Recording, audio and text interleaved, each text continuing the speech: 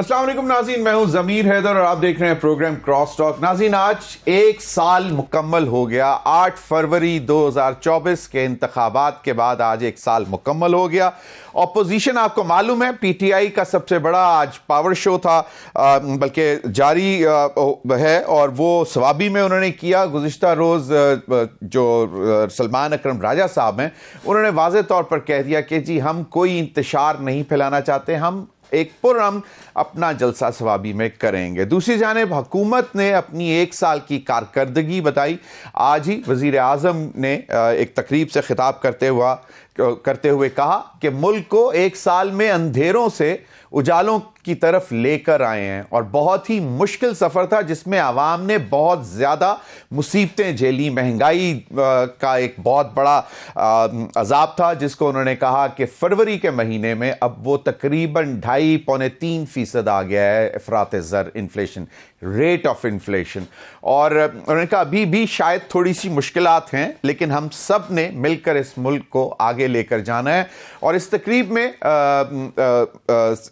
मौजूद थे बिजनेसमैन, बड़े बड़े बिजनेसमैन।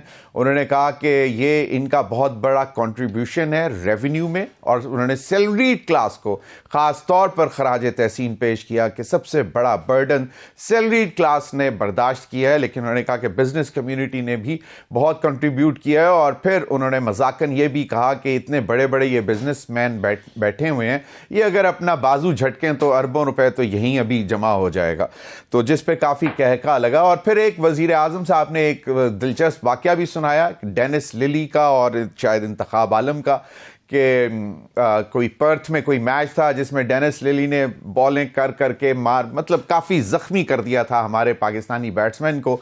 तो उनको जब किसी ने मुबारकबाद दी कि जी वेल प्लेड, ज़बरदस्त, तो उसने कहा मैनू बार दा रास्ता दसो। तो वो शहबाज शरीफ से साहब ने कहा कि जी जिस तरह ही मुझे लोग कहते थे कि आप अच्छा कर रहे हैं, लेकिन इतने ज़ख्म लग चुके हुए थे इकॉनमी के चैलेंजेस से, क्योंकि सियासत कुर्बान की रियासत बचाते बचाते।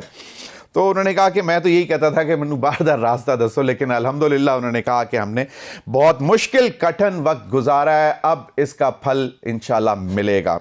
नाज़रीन, दूसरी जानिब पाकिस्तान तहरीक इंसाफ के बानी चेयरमैन इमरान खान साहब ने एक और ख़त अरसाल कर दिया आर्मी चीफ को, जनरल सैयद आसिम मुनीर साहब को, और उसमें उन्होंने ज़्यादातर जो बात की है वो ये अपनी तकलीफ़ों की, जेल की मुश्किलात की, उनकी अपनी अहलिया से मुलाकात ना करवाने की, उनके बच्चों से मुलाकात ना करवाने की, उनको 20 दिन जो है वो वो जो सेल होता है एक मुकम्मल लॉकअप में रखा गया, जहाँ सूरज भी नहीं आ रहा था। फिर उनसे टीवी भी ले लिया गया, अखबार भी कभी कभी मिलता है, और कभी भी की किताबें भी वापस उठा ली जाती हैं।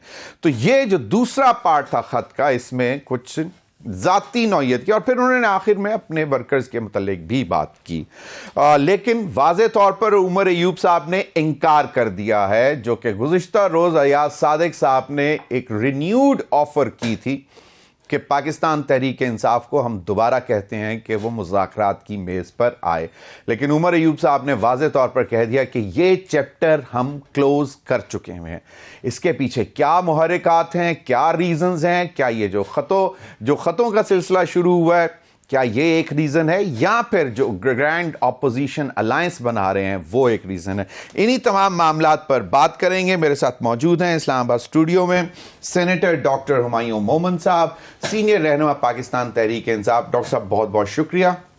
मेरे साथ मौजूद हैं कैसर अहमद शेख साहब, वफाकी वज़ीर बराए मैरीटाइम अफेयर्स, हमारे साथ मौजूद हैं। शेख साहब आपका भी बहुत बहुत शुक्रिया। कमर जमान कायरा साहब, सीनियर रहनुमा पाकिस्तान पीपल्स पार्टी, हमारे साथ मौजूद हैं। कायरा साहब आपका भी बहुत बहुत शुक्रिया। ख्वाजा आसिफ साहब ने आज पीटीआई के हवाले से बात की है, वो अगर प्रोड्यूसर साहब पहले सुनवा दें तो फिर गुफ्तगू का आगाज करते हैं।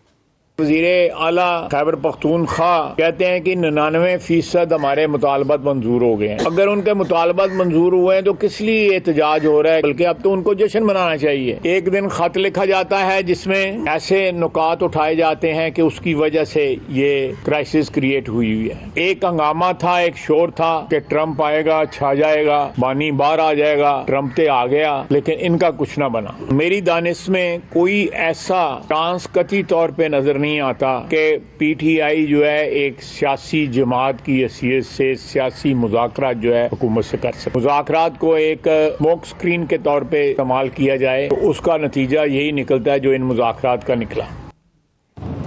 जी, सेनेटर डॉक्टर हुमायूं मोमिन साहब, आगाज़ आपसे करते हैं और मैं चाहूँगा कि मुझे इसका जवाब दें कि क्या वजह है।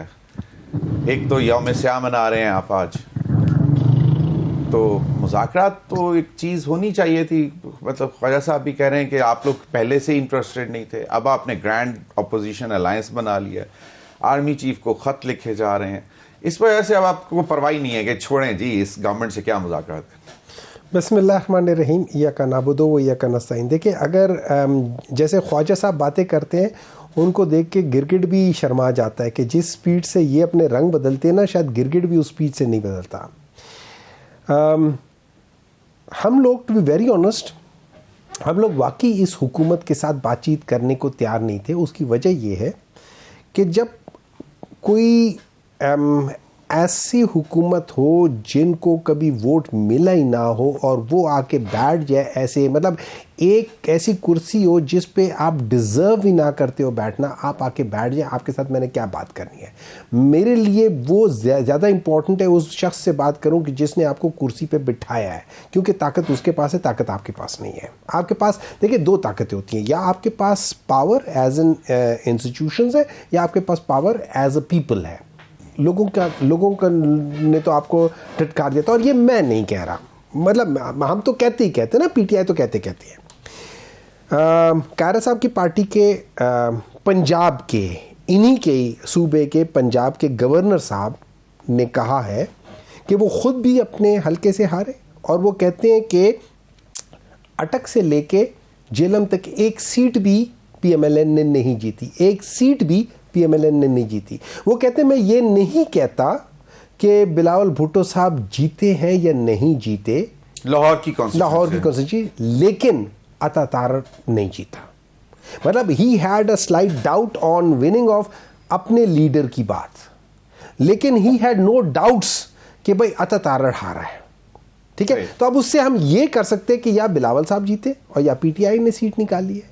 फिर उन्होंने यहां तक भी कहा कि सिंध के अंदर वो कहा, और जब उन्होंने 3-4 सीटों का जिक्र किया कराची में, सिंध की बात नहीं की उन्होंने कहा बहुत बड़ी सीटों में, इसी तरह कराची में भी हुआ। नहीं, उन्होंने 3-4 सीटों के नहीं कहा, उन्होंने सिग्निफिकेंट नंबर ऑफ सीट्स का कहा है। लेकिन फिर उसके बाद कैटेगोरिकली उन्होंने 3-4 सीटें बोला, उन्होंने कहा कराची में, और सिंध की बात जनरली कराची, देखिए कराची सिंध का हिस्सा है ना। सही, बिल्कुल सही, ठीक। तो अब अगर कराची को सिंध से अलग करना चाहते हैं, सिंध और कराची कहना, देखे ना, मैंने पंजाब की बात नहीं कि मैंने वहां पे 2 जगह किया, लेकिन मैंने जब मैं KP की बात करूंगा, मैं किसी जगह, तो मैं या पूरे उसको करूंगा या इंडिविजुअली बात करूंगा। इसमें कोई शक नहीं कि तकरीबन हमारी 19 या 20 सीटें कराची से निकली थी, वो हमें नहीं दी गई। बहुत सारे लोग ऐसे थे जो खुद कहते कि यार हमें भी नहीं पता था कि हमें कब जीता गया है। लेकिन इसको छोड़ दें, हम इस चीज के देखिए असल जो, अब आप मुझे बताएं कि क्या ये खत जो हैं ये मुज़ाकरात का रास्ता खोलने के लिए भेजे जा रहे हैं आर्मी? देखिए ऐसा होता है कि जो आपने अभी कहा कि हम उनसे मुज़ाकरात करें जो ताकत रखते हैं। देखिए आपने ये देखिए इन्होंने जब हमें कहा कि भाई आप लोग हमसे बात करो, ठीक है, हम आपके साथ बात करने को तैयार हैं, तो हम लोग कहने ठीक है, इनके ब्लफ कॉल कर लेते हैं, या ये सही होंगे, सही कह रहे होंगे, या ये गलत कह रहे होंगे। तो हमने इनसे मुज़ाकरात किए, इन्होंने कहा कि हमें इन राइटिंग दो, हमने इन राइटिंग दे दिया, हमने इन्हें कहा कि हमें मुलाकात करने दो ताकि हम चीजें डिस्कस करें। इन्होंने हो गया 28 जनवरी को मुलाकात करने में अगर कर लेते तो हो सकता कुछ चीजें आगे चली जाती, क्योंकि इरफान सिद्दीकी साहब ने कहा, इरफान सिद्दीकी साहब ने ये इनकार तो नहीं किया था। देखिए इस तरह है, जब हमने तीसरी बार इनके मुलाकात की थी और हमें कहा था चौथी से पहले हमें बता देना, तीसरी मुलाकात के फौरन बाद इरफान सिद्दीकी साहब दरमियान में बैठे, उनके दाएं बाएं 2 बड़े सीनियर, एक इंफॉर्मेशन मिनिस्टर और एक बड़े सीनियर, इनके क्या नाम है उनका, दिमाग से निकल के नाम अभी, खैर आजम नजीर, नहीं, राना सनाउल्लाह साहब थे, वो बैठे हुए थे।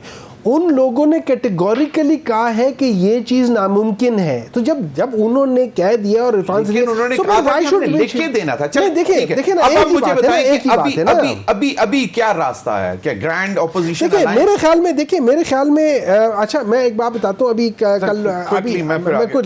कल परसों मुझे ये बताया गया था, मतलब जो मेरी इंफॉर्मेशन में एक चीज़ आई है कि वो ये था कि ड्यूरिंग ये सारा चीज़ें जब हो रही थी, before all these things happen, ये गोलियां चोलियां से पहले, जब ज़मान पार्क में बैठे होते इमरान खान, वहाँ पे 2 या 3 सीनियर सहाफ़ी on behalf of the probably PMLN गए थे उनसे मुलाकात करने के लिए, वो kind of discussion. Before 9th में? This was long before 9th में। ओके, ठीक है, लॉन्ग बिफोर 9th। ठीक है, उन्होंने कहा था कि जी कोई ऐसा काम करते हैं कि इस मुल्क के लिए आप क्या क्या। उन्होंने कहा जी मैं 3 चीज़ों के लिए एनी टाइम आपके साथ बैठने को तैयार हूँ। एक, और ये बेसिकली PML के था, एक उन्होंने कहा कि पाकिस्तान के अंदर once and for all decide किया जाए कि फ्री फेयर ट्रांसपेरेंट इलेक्शन का तरीकाकार क्या होगा। ठीक है। दूसरा, उन्होंने कहा कि इकोनॉमिक, उसके लिए हम सारे कहते हैं कोई ऐसा फॉर्मूला बना लें कि कोई एक हुकूमत दूसरे की इकोनॉमिक पॉलिसीज को चैलेंज ना करे, उसको चले दे। कमर ज़मान कायरा साहब, पाकिस्तान पीपल्स पार्टी भी मुज़ाकरात का हिस्सा थी और हुकूमत अभी भी, गुज़िश्ता रोज़ अयाज सादिक साहब एक बहुत शाइस्ता आदमी है, वो साथ उन्होंने ये भी कहा कि इमरान खान एक ज़रा टफ आदमी है, लेकिन PTI जो है वो, आपको क्या लगता है कि ये स्ट्रेंथ इनके पास कहाँ से आ रही है जिसकी वजह से कहते हैं कि नो नथिंग डूइंग, हम तो ये मुज़ाकरात का चैप्टर परमानेंटली क्लोज कर बैठे? ज़मीर, ये तो खैर मुझे नहीं पता स्ट्रेंथ कहाँ से आ रही है, क्योंकि मैं ऐसे ही इल्ज़ाम तराशी करने का कायल नहीं हूँ। सही। लेकिन एक बात मैं समझता हूँ कि सियासी इशूज सियासी जमातों के बैठने से ही हल होते हैं, और किसी एक मीटिंग में, किसी एक हुकूमत में, किसी एक वक्त में कोई फैसला करके रियासतें तब्दील नहीं हो जाया करती, बल्कि आपने इवॉल्व होना है, ग्रेजुअली आगे बढ़ना है। ये जो हमारे दोस्त रोज कहते हैं ना जी कि वंस फॉर ऑल डिसाइड हो जाए कि फेयर इलेक्शन, तो कौन सी हुकूमत है जिसने फेयर इलेक्शन के लिए कोशिश नहीं की?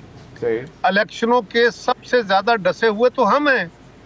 हमसे छीने गए इलेक्शन, बार बार छीने गए इलेक्शन। हमारी अक्सरियत आती थी, हमें हुकूमतें नहीं बनाने दी जाती थी। बीबी शहीद को हुकूमतें बनाने दी गई और उस पर भी हाथ पांव बांध के उनको हुकूमत दी गई। सो ये बहुत सारे अदवार हैं।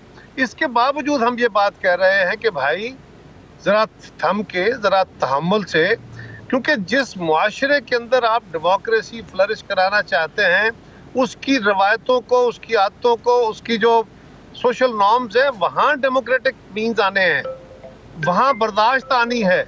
अगर आप उस तरफ नहीं चलेंगे तो ये खाली किसी एक कानून, किसी एक असूल के तहत इस मुल्क के अंदर अचानक डेमोक्रेसी मजबूत नहीं हो जानी, अचानक इदारों के रवैये तब्दील नहीं हो जाने।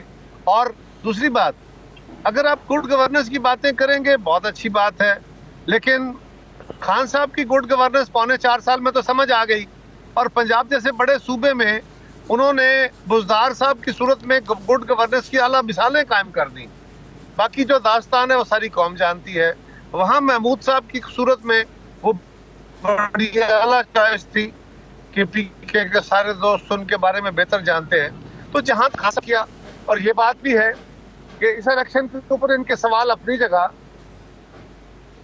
लेकिन PTI के जब अपना दौर आखिरी चल रहा था, उस वक्त जितने इलेक्शन PTI बाय इलेक्शन में गई सब हारे, तो वो भी पॉपुलैरिटी का जो मिराज था वो भी हमें सबको पता है क्या था। लेकिन मैं फिर भी समझता हूँ कि इस वक्त किसी भी सूरत में सियासी जमातों को ही बैठना है। कल खान साहब कह रहे थे कि मैं कोई रियायत नहीं मांगता, मैं कोई NRO नहीं मांगता, मैं कोई चीज़ नहीं मांगता। आज थोड़ा सा मसला, और मैं अपनी इंफॉर्मेशन की बुनियाद पे कह रहा हूँ जी, कि जो अपने मुखालफों को जेलों में रखा गया था खान साहब के दौर में, उनको बाकायदा प्राइम मिनिस्टर हाउस से मैसेजेस जाते थे कि इसके साथ ये ट्वीट करो, ये करो। और खान साहब ने जब कहा था कि मैं नवाज शरीफ का AC उतरवा दूंगा, आज उन्हें समझ आ गई होगी। और हम आज भी कहते हैं कि छोड़ें, जो हुआ माजी में या हुआ गलत हुआ, सही, अब भी एक तरीका है। हम लड़ के आपस में मुस्लिम लीग और पीपल्स पार्टी अल्टीमेटली इकट्ठे बैठे तो पाकिस्तान के अंदर डेमोक्रेसी और चीजें आगे बढ़ी। अगर वो आगे बढ़ी थी तो 2018 में जो इलेक्शन हुआ उसने उसको रिवर्स किया। उसमें कौन कितना कसूरवार है छोड़ दीजिए, अब तारीख खुली हुई है ना। सही सही। हम नहीं कहते जी सारे कसूरवार है, लेकिन बेनिफिशियरी बहरहाल पीटीआई थी। खान साहब के साथ उनके अपने दोस्त खुद बताते हैं कि उनको जो सहूलतें मौजूद हैं वो विड्रा नहीं हुई। अब इसके ऊपर जेल अथॉरिटीज की तरफ से बयान आ जाएगा, पता चल जाएगा। बिल्कुल बिल्कुल सही, बिल्कुल सही। सर मैं कैसर अहमद शेख साहब की तरफ चलता हूं। क्या है, और अगर ये बात दुरुस्त है कि उनसे सही छोटी सी बात जी सर, आखिरी बात जमीर सर खान साहब को ये भी याद रखना चाहिए और पीटीआई को भी याद रखना चाहिए कि खान साहब इस वक्त एक कन्विक्टेड सजा याफ्ता कैदी है, वो कोई सियासी रहनुमा के तौर पे असीर नहीं है। सही, बिल्कुल सही, बिल्कुल सही। मुझे अभी मैं कैसर अहमद शेख साहब की तरफ जाना चाह रहा था, लेकिन मुझे कहा जा रहा है क्विक ब्रेक लेनी है। नाज़रीन, वक्त हुआ एक ब्रेक का, हमारे साथ रहिए।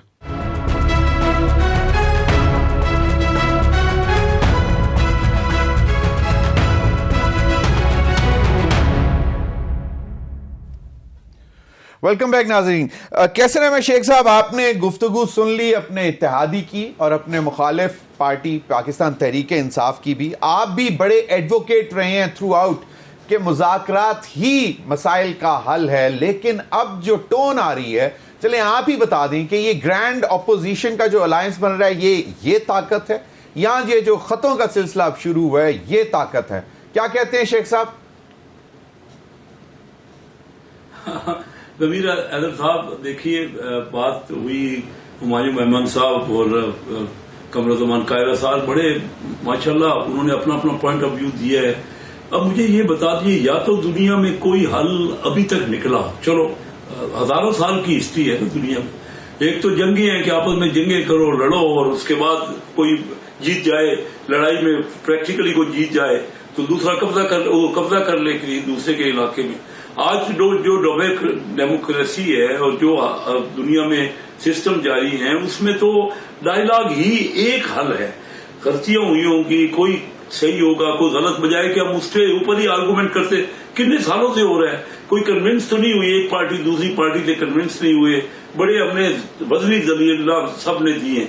मकसद सिर्फ ये है कि डायलॉग में ही रास्ता निकलेगा और आपस में लचक दिखानी चाहिए डायलॉग करने वाली पार्टीज को। बड़े अरसे से यही कहते रहे, इनको ये आगे पहले तो यही कहते थे कि हम एस्टेब्लिशमेंट से करेंगे, फिर ये आए डायलॉग पे, अच्छा किया इन्होंने कि ये बात को समझे।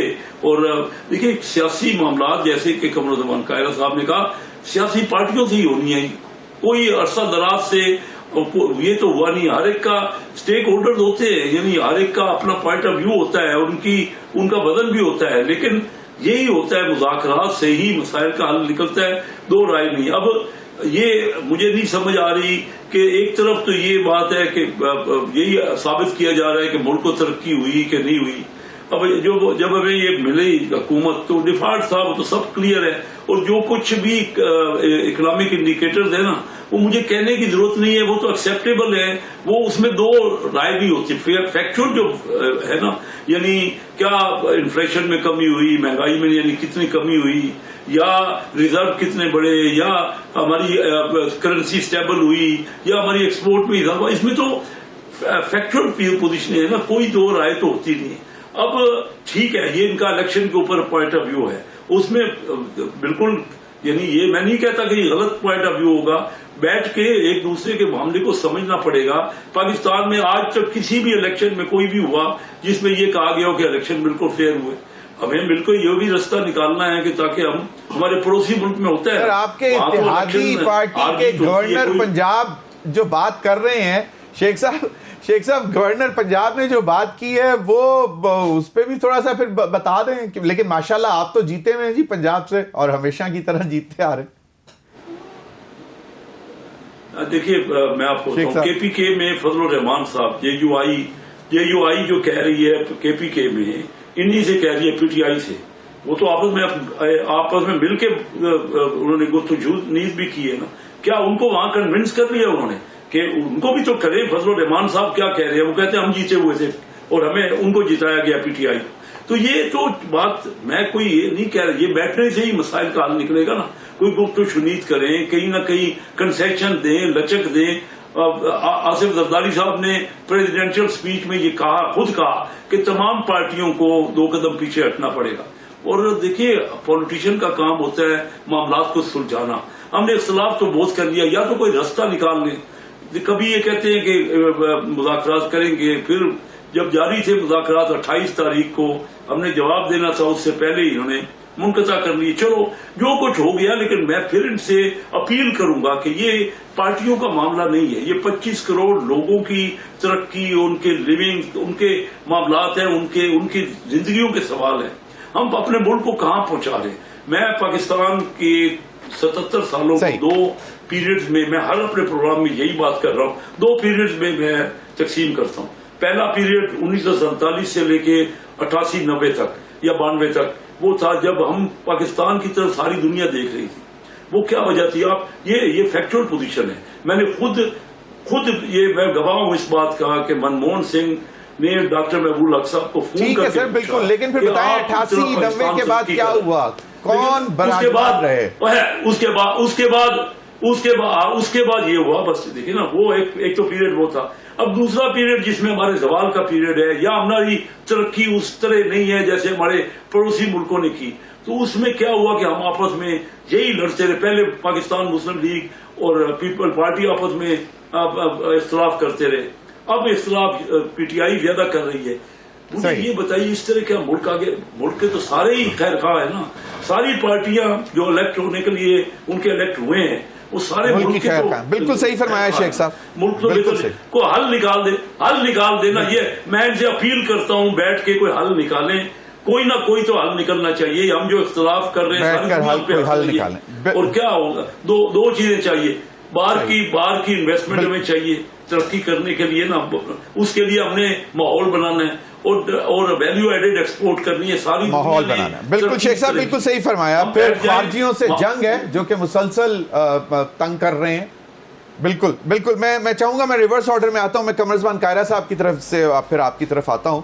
कायरा साहब, एक तो ये कि जो गवर्नर पंजाब ने जो बात की, क्या वो उनकी जाती राय हो सकती है या आप भी इससे कुछ मुत्तफिक करते हैं? एक चीज।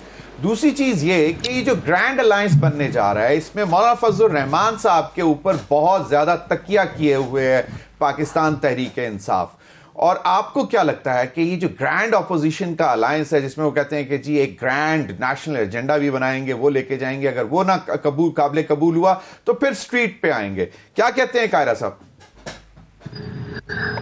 जमीर, बात यह है कि बिल्कुल इस बात में कोई दूसरी राय, जो गवर्नर साहब ने बातें की हैं, मेरी पार्टी के वो गवर्नर हैं और उनकी राय है, मेरी जमात को गिले शिकवे हैं बिल्कुल जेन्युइनली मुस्लिम लीग से। वो जरा गिले शिकवे करते हुए जरा ज्यादा उनके ऊपर प्रेशर भी है, हर कारकुन जाके उनसे गिला करता है, तो उन्होंने कोई बातें कर दी हैं। डॉक्टर साहब कह रहे हैं वो ज्यादा सच बोल गए प्रेशर में आके। मेरा ख्याल है डॉक्टर साहब, मैंने अगर सच बोलना शुरू किया तो आपके लिए भी मिसाइल होंगे। सही, ठीक सर। तो मैं जैसे बातें करने का कायल हूं, मुझे ऐसे ही करने दीजिए। सही सर। सो अर्ज ये है कि उन्होंने जो बातें की हैं वो अपने गिले शिकवे हमारे बुनियादी तौर पर बेस उसकी वो है, लेकिन कौन सा इलेक्शन है, मैंने पहले भी अर्ज किया कि सबसे ज्यादा विक्टिम तो मेरी जमात है। हमसे तो बाकायदा जीते हुए इलेक्शन 2002 में हमारी जमात अक्सरियत में थी, हमसे 22 वोट छीन के हमारे सामने बिठा के पैट्रियट बना दिए, लोटे बना के अपनी हुकूमत बना दी, हम बैठे रहे, हम तो नहीं भाग के गए ना। अब ये बात है कि इसके बावजूद आपको सियासी अमल के अंदर डायलॉग के जरिए आगे बढ़ना पड़ता है, डंडा मार के एक दूसरे को शिकस्त दे के। ये जो पीटीआई की सोच बन गई है ना कि हमने दूसरे को पिछाड़ के कुश्ती लड़नी है, दूसरे को पिछाड़ के आगे जाना है, ऐसा नहीं है। ना सारे पाकिस्तान का वोट आपको पड़ा है, ना सारे पाकिस्तान का वोट आपके मुखालिफ को पड़ा है। आपको उसके मैंडेट को और उसे आपके मैंडेट को तस्लीम करना होगा। आज के मैंडेट पर सवाल आप उठा रहे हैं, कल आपके मैंडेट पर सवाल हम उठा रहे थे। इसी तरह मौलाना फजलुर रहमान साहब केपीके के अंदर आपके मैंडेट पर सवाल उठा रहे हैं जो आपके साथ हैं। फिर भी मैं कहूंगा कि अगर हमारे दोस्तों का ये ख्याल है कि ये बाकी सब जमातों को गर्क कर देंगे, और वो पंजाबी का है ना कि गलियां अमन सुंजियां ते मिर्जा यार फिरे, अगर उस तरह ये समझते हैं कर सकते हैं तो मैं क्या कह सकता हूँ, ये मुनासिब तो नहीं है, लेकिन फिर यही कह सकता हूँ कि गुड लक टू देम, फिर वो करके देख लें। लेकिन ये अजीब बात है कि आप सियासी अमल में नहीं चलते, लेकिन आप सिविल सुप्रीमेसी की बातें करते हैं। आप आइन के ऊपर अमल होना चाहिए और जाके इदारों से रियायतें मांगने की बातें करते हैं, खत उन्हें लिखते हैं, मुलाकातें उनसे करते हैं, डायलॉग उनसे करने की बातें करते हैं। वो ज़मीर पंजाबी का मैं तो सोच रहा था उसको ट्रांसलेट करूं, लेकिन बात बन नहीं रही थी। तो पंजाबी के एक अखान सा कहते हैं, पंजाबी का एक अखान सा है कि पल्ला मार के पुजा गई दीवा, उंज साथू कुंड कट दी। सही है। तो ये जो है ना, ये भी कोई मुनासिब नहीं है। मेरा ख्याल है कि अल्टीमेटली जो काम आपको कल जाके करना पड़े, आज कर लें तो बेहतर है। हमने वक्त की मार भी खाई है और अपोजिशन के और हुकूमतों की मारें भी खाई हैं, और उसके बाद सबक आ गया है कि हमें ग्रेजुअली चीजों को आगे लेके जाना है। इनकलाब नहीं आ रहे, सही ना इनकलाब कभी सूदबंद बैठे हैं, और ना हमारे मुल्क में इस तरह इनकलाब आना है जिस तरह आप सोच रहे हैं, और ना आपकी जमात कोई इनकलाबी जमात है, ना आपका कोई स्ट्रक्चर इनकलाबी स्ट्रक्चर है। अगर आपका यह ख्याल हो कि चीजें खुद ही अपने तौर पे बददुआएं देने से खत्म ठीक हो जाएंगी, तो आपके लिए गुड लक। सही। मुझे डॉक्टर साहब आपकी तरफ आने से पहले एक छोटी सी ब्रीफ ब्रेक ले लें। नाज़रीन, वक्त हुआ एक ब्रेक का, हमारे साथ रहिए।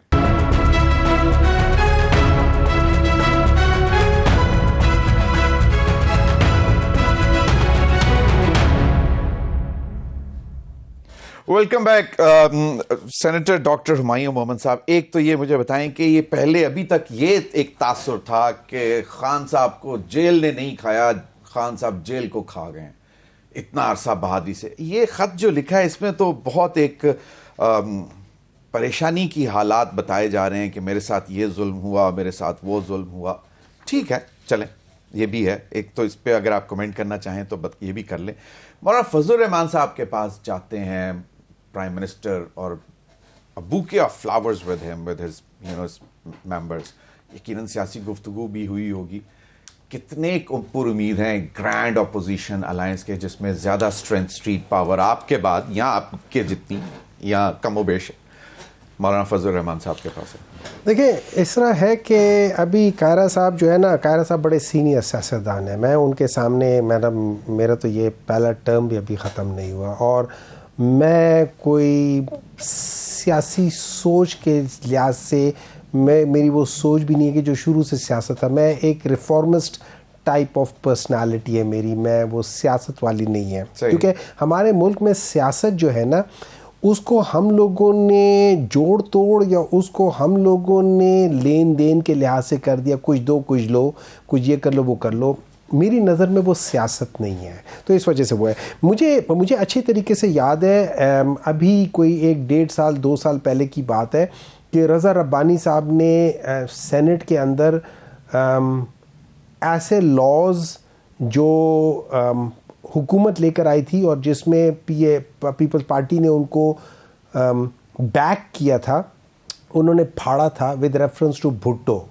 उन्होंने कहा था इस किस्म के लॉज भुट्टो ने भी जैसे फाड़े थे, उन्होंने रेफरेंस दिया था कि जैसे यूएन में कहा था उन्होंने भी फाड़े थे। उनका हशर देख लें, उनको दोबारा नहीं लेकर आए।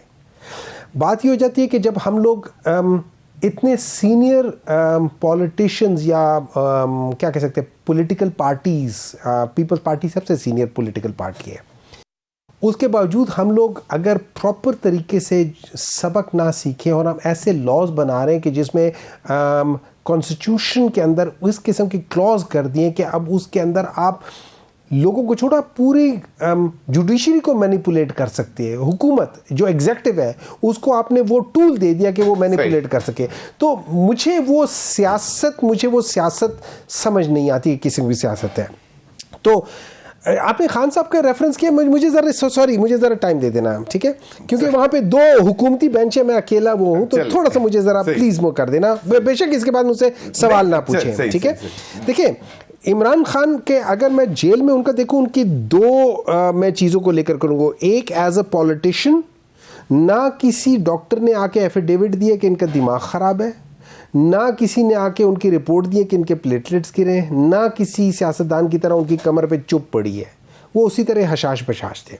दूसरी है कि उनके कंप्लेंट क्या है, उन्होंने कहा कि मुझसे जो किताबें ली गई थी, जो दी गई थी, वो वापस ली गई है। एक मिनट, ये नहीं, बहुत बड़ा फर्क है सर, बहुत बड़ा फर्क है सर, बहुत बड़ा फर्क है। नंबर 2, ये लोग हमेशा रेफरेंस देते हैं। अच्छा नूसर क्या है, वो कहते हैं कि मुझे बच्चों से बात करने नहीं दी जा रही थी। इनके ज़माने में सारे लोग, अगर आप ये रेफरेंस देते कि इमरान खान के ज़माने में हमारे साथ ज्यादती हुई थी, इनके सारा का सारा टब्बर वहाँ बैठ के एक दूसरे के साथ मिल लिया था। मियाँ नवाज शरीफ के साथ सुबह 9:30 बजे से लेकर 2:30 बजे तक उनकी पूरी जमात बैठती थी, जो मेन बंदे हैं, और उसके बाद फिर उनके जमात के वो लोग जो सेकेंड टियर लीडरशिप है वो उनके बाद जाके उन्हें मिला करती थी। ये सारा दिन होता था। ये मैं नहीं, ये इनके अपनी पार्टी के लोग कह रहे हैं सारे, ठीक है। तो उस चीज को लेकर करें जो ये रेफरेंस देते हैं कि जी वो उन्होंने, अगर उन्होंने एसी उतारने होते, इमरान खान के उसमें एसी नहीं लगा हुआ, अगर एसी उतारने होते तो वो उतार चुके होते। उन्होंने कहा था लेकिन उन्होंने उतारा नहीं, उन्होंने किसी से कोई चीज ली नहीं थी, एक वैसे ही बात की थी कि मैं ये कर दूंगा, कहा कुछ नहीं, किया कुछ नहीं। अच्छा एक बात, अभी फिर हमारे शेख साहब देखिए, आप अनफॉर्चुनेटली, नॉट अनफॉर्चुनेटली, फॉर्चुनेटली दो ऐसे शख्सियत को मेरे साथ बिठाए जो बहुत ही काबिल एहतराम है, और शेख साहब उनमें से। लेकिन शेख साहब ने कहा है कि जो अभी हालात है, मैं उनके जो इकोनॉमिक है उनकी बात नहीं कर रहा, सबको पता है। देखिए सबको पता है कि सोना जो है ना 3 लाख को क्रॉस कर गया। अगर हालात अच्छे होते इकोनॉमिकली, सोना क्रॉस ना करता। अगर हालात अच्छे होते तो वो जो आटे की बोरी है जो जून 2024 में अगर वो 1800 की थी तो आज 1900 की ना होती। वो कुकड़ी, ब्रॉयलर वाली कुकड़ी जो उस वक्त तकरीबन 342 रुपए वो थी, वो 410 की ना होती। ये सब ठीक है, इन सब चीजों को सामने रखा जाए। और अच्छा एक और चीज है, नहीं सर, रेट ऑफ इन्फ्लेशन नीचे आया है, prices have not come down. Exactly मैं देखिए ना, रेट ऑफ इन्फ्लेशन का मतलब है आप जिस स्पीड से खड्डे की तरफ गिर रहे थे वो स्पीड आपकी कम हो गई है, जहां अभी भी खड्डे की तरफ रहे। कैसे रहमत शेख साहब, सर क्विकली, सर मौलाना फजलुर रहमान साहब से वजीर आजम भी मिले, और अभी कहा जा रहा है कि सदर आसिफ अली जरदारी भी वापस जब आएंगे चाइना से तो वो भी मिलने जाएंगे।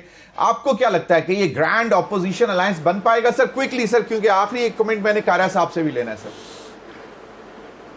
जी बेशक देखिए ना, ये तो अपोजिशन का राइट है, वो ग्रैंड अलायंस बनाना चाहते हैं बनाएं, लेकिन मैं जो कह रहा हूँ ना, मुज़ाकरात जो है ना वो विन विन है, किसी की हार या किसी की जीत नहीं है, और ये 25 करोड़ लोगों की जीत है। हम सबको मिल बैठना चाहिए, एक दूसरे को एकोमोडेट करना चाहिए। ग्रैंड अलायंस तो इनका राइट है, जमहूरियत में तो हर चीज़ ये हमने देखी है, होती रही है। बात ये है कि कहाँ हम बैठ के कहीं ना कहीं तो मीट कर सकते हैं। हम लोग तो एक है ना, एक दूसरे के तल्लक है हमारे, तो ये इनको हम सबको राय देनी चाहिए कि मुल्क कहाँ किस तरह आगे बढ़ सकता है, हम यहाँ माहौल किस तरह बेहतर कर सकते हैं ताकि लोगों को बेहतर आमदनी हो। देखिए जो कुछ इंडिकेटर्स हैं वो सबके सामने है, बहुत बेहतरी हुई है, लेकिन इस वक्त वो मकसद तो हमारा ये है कि हम मिलजुल के और बेहतर तरक्शम अपने मुस्तकबिल को किस तरह कर सकते हैं। और ग्रैंड अलायंस जो है वो उसमें सियासी लोग हैं, सियासी तो बिल्कुल लाजमी है बने और बिल्कुल गुफ्तशुनीद करें। वो ग्रैंड अलायंस भी क्या करेगा, क्या देखिए ना, एहतजाज का राइट है, वो एहतजाज करें, लेकिन धरने और ये करना कि तशद्दुद वाली सियासत करना, इससे तो मुल्क नीचे जाएगा। या कहना कि रिमिटेंस बंद कर दो, रिमिटेंस बंद कर दो, इंतशार के बैठ के बात करें, बिल्कुल करें। और मैं समझता हूँ विन विन है सबकी, और हर एक को बेहतर महसूस होगा अगर उनकी बात में मानी जाएगी और एकोमोडेट की जाएगी। जी सही। कमरुज़्ज़मान कायरा साहब, एक तो ये कह रहे हैं कि ग्रैंड ऑपोजिशन अलायंस से एक ग्रैंड नेशनल एजेंडा लेकर आएंगे, चलें फाबिहा बिस्मिल्लाह लाना चाहिए, लेकिन वो कहते हैं कि अगर उस पर शर्तें ना मानी गई, और जो अभी पहली नशिस्त हुई है उसमें से एक फिर यूनानिमस वॉइस ये भी थी कि सियासी कैदियों को रिहा किया जाए, अगेन पीटीआई स्टैंड्स, तो ये, और फिर वो कहते हैं कि अगर इस पर नई बात बनी तो फिर हम सब मिलकर आएंगे सड़कों पर। आपको क्या लगता है कि मौलाना फजलुर रहमान साहब चल पड़ेंगे साथ इसी तरह? मौलाना फजलुर रहमान साहब बड़े ज़ीरक आदमी है, हुकूमत के साथ उनकी दोस्ती भी है और हमारे साथ भी, और उनके इख्तलाफात भी रहते हैं, अपनी अपनी सियासत है, लेकिन वो पीटीआई के झांसे में बिल्कुल नहीं आते, इसलिए कि पीटीआई और उनकी क़यादत के बारे में वो बड़े क्लियर है। गवर्नमेंट की अपोजिशन करते हुए वो इनको ज़रूर इस्तेमाल कर लेंगे, लेकिन उनके झांसे में नहीं आ सकते। एक मैं गुजारिश करूँगा, मेरी राय है, मैं किस हैसियत में हूँ, मेरी राय है कि अगर आप अपनी बात में वजन पैदा करना चाहते हैं कि इस इलेक्शन में धांधली हुई है, आप मैंडेट वापस मांगते हैं, मौलाना फजलुर रहमान साहब का भी यही क्लेम है। आपके साथी भी हैं, पहले उनका क्लेम एडजस्ट कर लें। लोग हमसे तो नहीं मांग रहे हैं ना, वो तो आपसे मांग रहे हैं। वो तो कह रहे हैं कि मेरा मैंडेट उनको दिया गया है, लिहाजा आप उनका मैंडेट उनको लौटा दें और आपकी बात में वजन आ जाएगा। फिर आप आके अपना एहतजाज भी कर लीजिए। और आखिरी गुजारिश फिर यही कहूंगा कि ये गिले शिकवे एक दूसरे की बातों का जवाब देना, तलखुशी, ये मुनासिब नहीं है। सही। हमें देखना यह है कि अल्टीमेटली मामला मुज़ाकरात के जरिए ही हल होना है। बिल्कुल सही बात है, और मुज़ाकरात ही वाहिद हल है अल्टीमेटली। शायद जिस तरह कायरा साहब ने और कैसर अहमद शेख साहब ने कहा कि अल्टीमेटली इसी तरफ जाना पड़ेगा। आप तीनों हज़रात का बहुत बहुत शुक्रिया। नाज़रीन, अब तक के लिए इतना ही, इजाज़त दीजिए। अल्लाह हाफ़िज़।